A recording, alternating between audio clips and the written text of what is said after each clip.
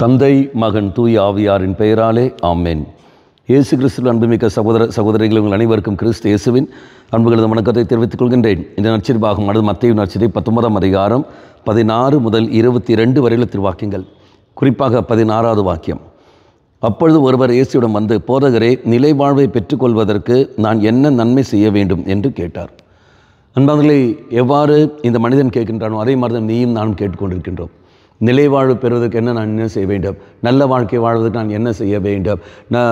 பணம் சம்பாதிக்க நான் என்ன செய்ய வேண்டும்? ஆண்டவரே, நீ எனக்கு வெளிப்படுத்தி தாரும். என் குடும்பம் அமைதியாக இருக்க வேண்டும் என்றால் என்ன செய்ய வேண்டும்? நான் சந்தோஷமாக இருக்க வேண்டும் என்றால் என்ன செய்ய வேண்டும்? தடை நீங்க வேண்டும் என்றால் என்ன செய்ய வேண்டும்? இப்படி 1008 கேள்விகள், என்ன செய்ய வேண்டும், என்ன செய்ய வேண்டும் எல்லாம், இந்த கேள்விகள் எல்லாம் நாம் இங்கே பலிப்படுத்தல் வந்து நாம் கேட்டுக்கொண்டிருக்கின்றோம்.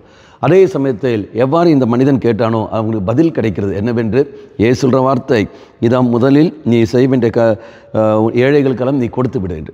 அப்போ என்ன பதில் சொல்கிறாரோ அதை அவர் கேட்பதில்லை. மாறாக அவன் வருத்தத்தோடு அப்படியே போய் விடுகின்றான். அவன் அதை இயேசு சொல்வதை அவன் செய்திருந்தால் அவனுக்கு எதிர்பார்க்குற நிலைவாழ்வு அவன் கிடைத்திருக்கும். ஆனால் அதை செய்வதில்லை.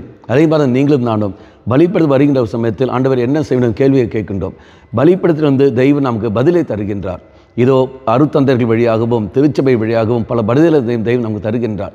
அப்போ பதிலை தருகின்ற பொழுது அது நாம் ஏற்றுக்கொண்டு அது கேட்டபடி நடந்தோம் என்றால் நிச்சயமாக நாம் என்ன கேட்கின்றோமோ அதுக்கு பதில் அங்கே அந்த வாழ்வுக்கு நமக்கு கிடைத்துவிடும். ஆனால் கேட்பது மட்டுமே விடுகிறோம் ஒழிய சொல்ல அந்த பதிலை நாம் கேட்பதில்லை. அது மட்டும் இல்லாமல் அது கேட்டபடி வாழ்வதும் இல்லை. அப்படியே நாம் போய்விடுகின்றோம். அதனால்தான் பல நெருக்கடிகள் இன்னும் இருந்து கொண்டிருக்கின்றோம். ஆகவே சிந்தித்து பார்ப்போம். கேட்பதில் அல்ல, மாறாக என்ன பதில் தரப்படுகிறதோ அந்த பதிலுக்கு ஏற்றபடி நம்முடைய வாழ்க்கையை அமைகிறதா இல்லையா என்று சிந்தித்து பார்த்து அதுக்கேற்றபடி நாம் செய்வோம். கண்களை மூடிக்கொள்ளுங்கள். நல்வனாய தெய்வமே, என்ன செய்ய வேண்டும் இந்த கேள்வியை கேட்கிறேனே ஒழிய அந்த கேள்விக்கு ஏற்ற பதில் எனக்கு கிடைக்கிறது. அந்த பதில் கேற்றபடி என் வாழ்க்கையை நான் அமைக்காமல் நான் இருக்கின்றேன். அந்த பதில் கேற்றபடி வாழ்க்கை அமைக்க எனக்கு சக்தியை தாரும். அம்மா மாதாவே, தெய்வ மாதாவே, எங்கள் மாதாவே, என் அன்னையே, விசேஷமாக எங்களுக்காக பரிந்து பேசும். ஆமேன்.